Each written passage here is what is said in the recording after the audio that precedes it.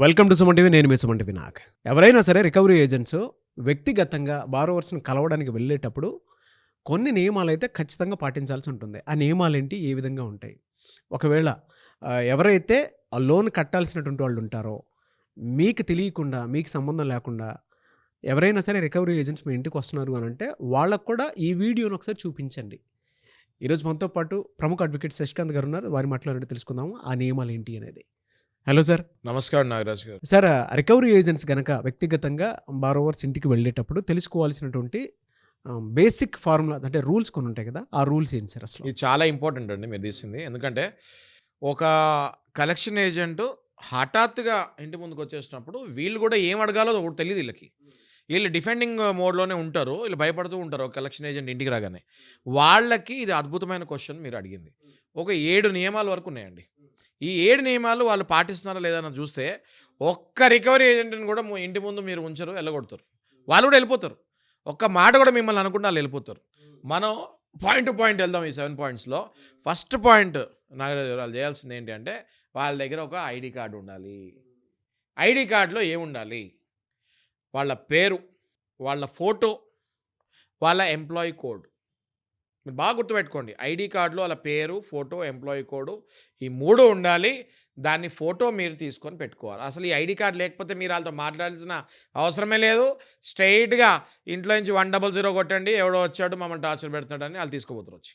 ఇంకోటి next second point Nagaraju గారు, ఎవరైనా కూడా కలెక్షన్ ఏజెంట్ బారోవర్ అంటే అప్పు చేస్తున్న వ్యక్తికి ఇన్ఫార్మ్ చేసి రావాలి. ఏ టైంకి వస్తున్నానో అని చెప్పి రావాలి.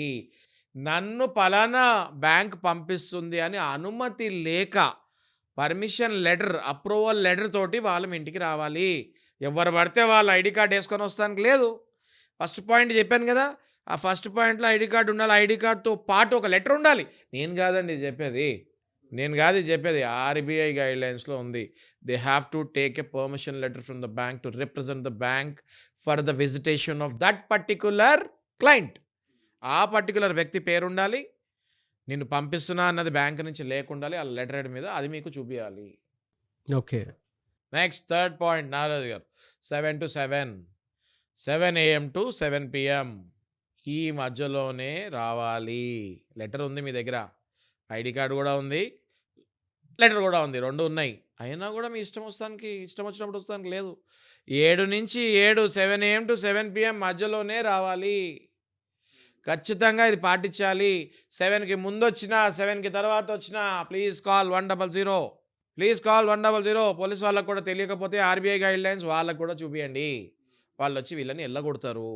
నెక్స్ట్ ఫోర్త్ పాయింట్, శాంతియుతంగా వ్యవహరించాలండి. నాగరాజు గారు వచ్చారా, మీ పేరేంటండి, కరెక్టేనా, ఇది మీరేనా, అప్పు తీసుకున్నారు కదా, ఒక ఈఎంఐ బౌన్స్ అయింది, మీరు కట్టాలి. అంతేగాని కట్టవా, తిన్నావా, తింటాం తెలుసు, కడతాం తెలీదా, ఇట్లాంటి మాటలు మాట్లాడితే మళ్ళీ అది violation of RBI fair practicing code. డెఫినెట్గా అది రికార్డ్ చేయండి. రికార్డ్ చేసిన తర్వాత ఆర్బీఐకి మనము ఒంబడ్స్మెన్కి అది పెన్ డ్రైవ్తో ద్వారా కానీ లేకపోతే ఆ ఫైల్ని అటాచ్మెంట్ చేసి మెయిల్ పెడదాము. వెంటనే వాడి జాబ్ పోతుంది. ఓకే. అంతేకాదు నాగరాజు గారు, మహిళలు ఉన్న ప్లేస్కి పోతే అసలు రాకూడదు. ఏది రాత్రి 7 తర్వాత. ఇది కాకుండా ఇప్పుడు ఆర్బీఐ ఫెయిర్ ప్రాక్టీసింగ్ కోర్సులో ఏమేమి వస్తాయి? ఇంటి ఫోటోలు తీయకూడదు, మహిళల ఫోటోలు తీయకూడదు, ఎవరు పడితే వాళ్ళ ఫోటోలు తీయకూడదు, మీ ఫోటో తీసుకెళ్ళి ఇంటి పక్కన వాళ్ళకి చూపించకూడదు, 4-5 కలిసి గుంపుగా మీ ఇంటికి రాకూడదు. ఏది ఏజెంట్లు అని చెప్పి 4 మొన్న క్లయింట్ 5 పాటు నాకు ఫోటో చూపించాడు. కాన్ కేస్ వెంటనే I ask them to get out.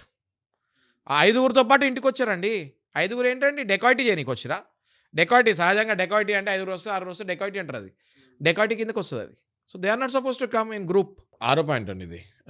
Agent మాట్లాడేటప్పుడు, మహిళలతో మాట్లాడేటప్పుడు డిస్టెన్స్ మెయింటైన్ చేయాలి.